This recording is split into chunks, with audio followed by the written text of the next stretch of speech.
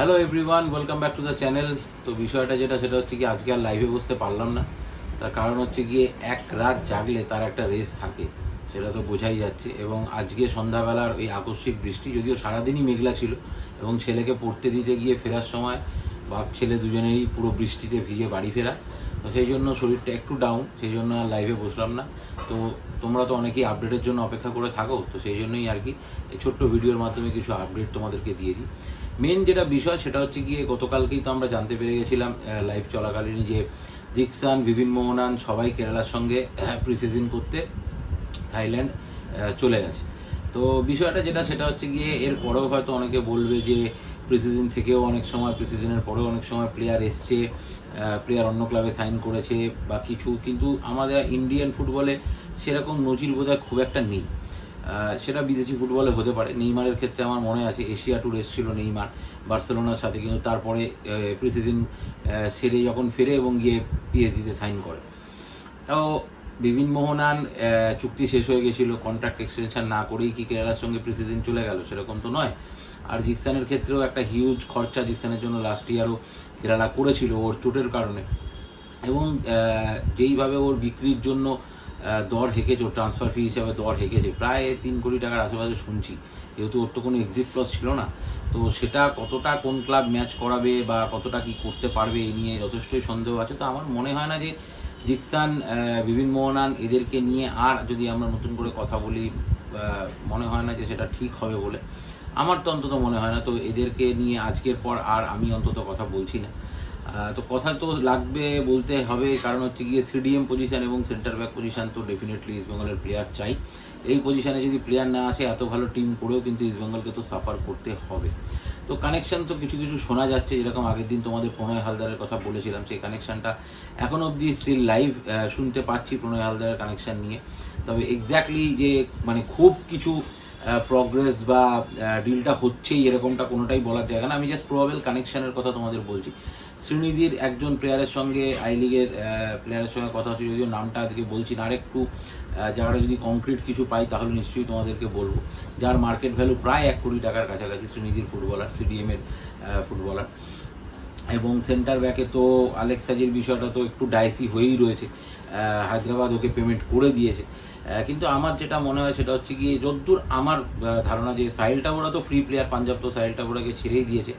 এবং নিখিল প্রভুকেও মনে হয় পাঞ্জাব ছেড়ে দিয়েছে। যদি আমি ভুল হই তোমরা একটু আমাকে পরে কমেন্টে কারেকশন করে দিও। তো নিখিল প্রভুর বিষয়টা সেটা হচ্ছে গিয়ে, নিখিল প্রভু কিন্তু সিডিএম প্লাস সেন্টার ব্যাক পজিশনটাও নিখিল প্রভু কিন্তু খেলতে পারে। লাস্ট ইয়ার এরা পাঞ্জাবের হয়ে খেলেছিল এবং খুব ভালো ফুটবল খেলেছিল।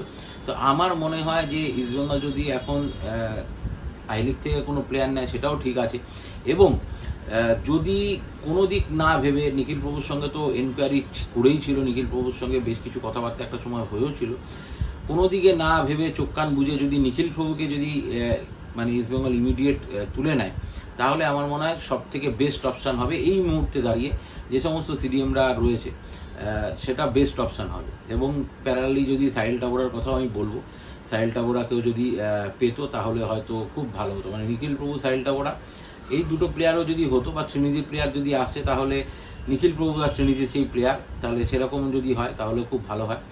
আর আলেক্স সাজি নিয়ে এইটুখানি বলতে পারি যে সেন্টার ব্যাক পজিশনে আলেক্স সাজির বিষয়টা এখনও একটু ডাইসি, প্লেয়ার স্ট্যাটাস কমিটির কাছে রয়েছে হায়দ্রাবাদের কেসটা। তো আমার মনে হয় যে খুব শিগগিরই হয়তো সেটা মিটতে চলেছে, ঠিক আছে, কারণ অনন্তকাল তো অপেক্ষা করবে না। আর গতকাল তো মাঝরাতে কোচ চলে এসেছিলো, সল ক্রেসপো এসেছিলো, পুরো কোচিং টিম চলে এসেছিলো। তো আজকে থেকে প্র্যাকটিস শুরু হয়ে গেছে, যদিও সেই প্র্যাকটিস দেখতে যাওয়ার তো পসিবল হয়নি আমাদের পক্ষে। তো যাই হোক, বিষয়টা হচ্ছে প্র্যাকটিসের কিছু ভিডিও শুভজিৎ চৌধুরী বোধহয় না, শুভজিৎ চৌধুরী আমাদের ইউটিউব ফ্যামিলি মেম্বার এবং আমার হোয়াটসঅ্যাপ গ্রুপেরও একজন সদস্য, পার্সোনালি আমাকে পাঠিয়েছে।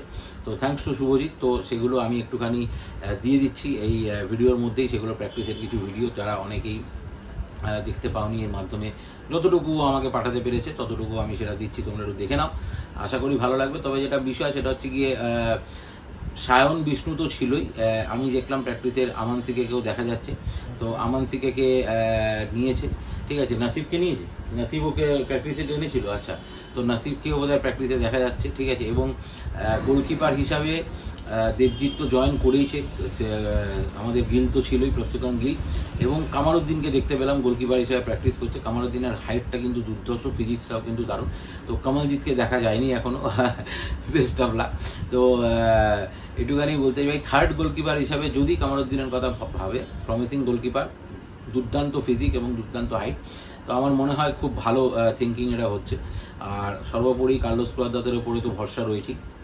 তবে আমি আশা করব আগামী দিনে কলকাতা লিগে যে দলটা ফুটবল খেলছে, সেই দলটাতে আমরা দেখেছিলাম যে লাস্ট ম্যাচটা, প্রথম ম্যাচই ছিল অবশ্য, যদিও সেই ম্যাচটার একটু যদি পর্যবেক্ষণ করি, সে যদি দেখতে হয় তাহলে রোসলের খেলা আমার সেভাবে ভালো লাগেনি। যদিও আমানসিকে চেষ্টা করছিল, আমানসিকের একটু ভুল হচ্ছিল, তো আমানসিকে 45 মিনিটসেই তুলে নিয়েছিল।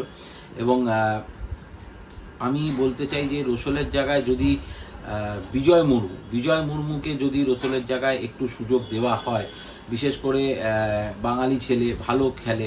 লাস্ট কলকাতা লিগের ম্যাচটায় বোধহয় 15 মিনিটের জন্য হয়তো নেমেছিল বিজয় মুর্মু, রাইট উইং খেলছিল, তো মনে যথেষ্ট ভালো খেলেছে। সায়নের গোলটার পাসটাও মনে হয় বিজয় মুর্মুরই দেওয়া। এবং স্ট্রাইকিং পজিশনটা যদি 50-50 ভাগ করা হয়, আমি একদম মানে ডিরেক্টিভ বলছি যে এটা যদি 50-50 ভাগ করা, একটা হাফ জেসিনটিকে, একটা হাফ যদি সুব্রত মুর্মু, কারণ সুব্রত মুর্মু যে গোলটা করেছে, ওই গোলটা কিন্তু বলটা কিন্তু সামনে ছিল না, বলটা সামনে এসছে, হেড করেছে, গোল করে দিয়েছে। বলটা কিন্তু পেছন দিকে বেরিয়ে যাচ্ছে, মানে মাথার ওপর দিয়ে বেরিয়ে যাচ্ছিল। সেই জায়গা থেকে যেভাবে উঠে প্রায় মানে মাথাকে পেছন দিকে নিয়ে গিয়ে যেভাবে বলটা রিচ করে গোল করেছে, অনেকেই ভাবতেও পারেনি, এবং দর্শকরাও হয়তো ভাবতে পারেনি যে ওটা গোল হয়ে যাবে। এবং বিজয় মুর্মুর খেলা, সুব্রত মুর্মুর খেলা আমরা যেটুকানি দেখেছি কম সময়ে, তো আমাদের নজর কেড়েছে। তো আমার মনে হয় যে এই প্লেয়ারগুলোকে, কেরালার ছেলেদের সাথে আমি কোনো বাংলা কেরালা ভাগাভাগিতে যাচ্ছি না, তবে যেটা বিষয় সেটা হচ্ছে যে কেরালার ছেলেদেরকে সুযোগ দিচ্ছে বিনোদ, সেটা তো ঠিকই আছে, সে নিয়ে এসছে ছেলেদেরকে, সুযোগ তো তাকে দিতেই হবে। বাট প্যারালালি যে বাংলার ছেলেদেরকে ইস্টবেঙ্গল ক্লাব নিয়েছে, তারা কিন্তু প্রথম ম্যাচে পারফর্ম করে দেখিয়েছে।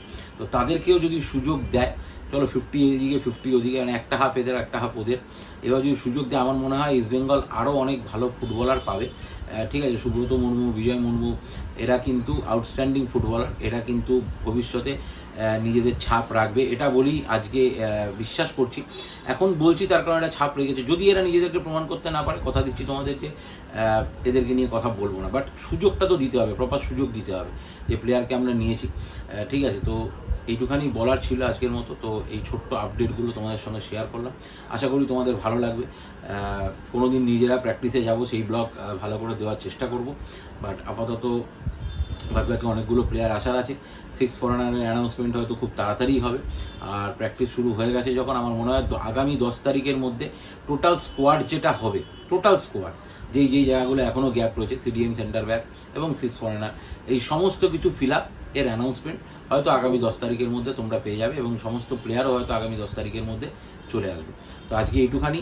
যদি কিছু ভালো লাগে প্লিজ চ্যানেলটাকে সাবস্ক্রাইব করো, লাইক করো, শেয়ার করো, কমেন্ট করো। আর দিনের শেষে জয় ইস্ট বেঙ্গল।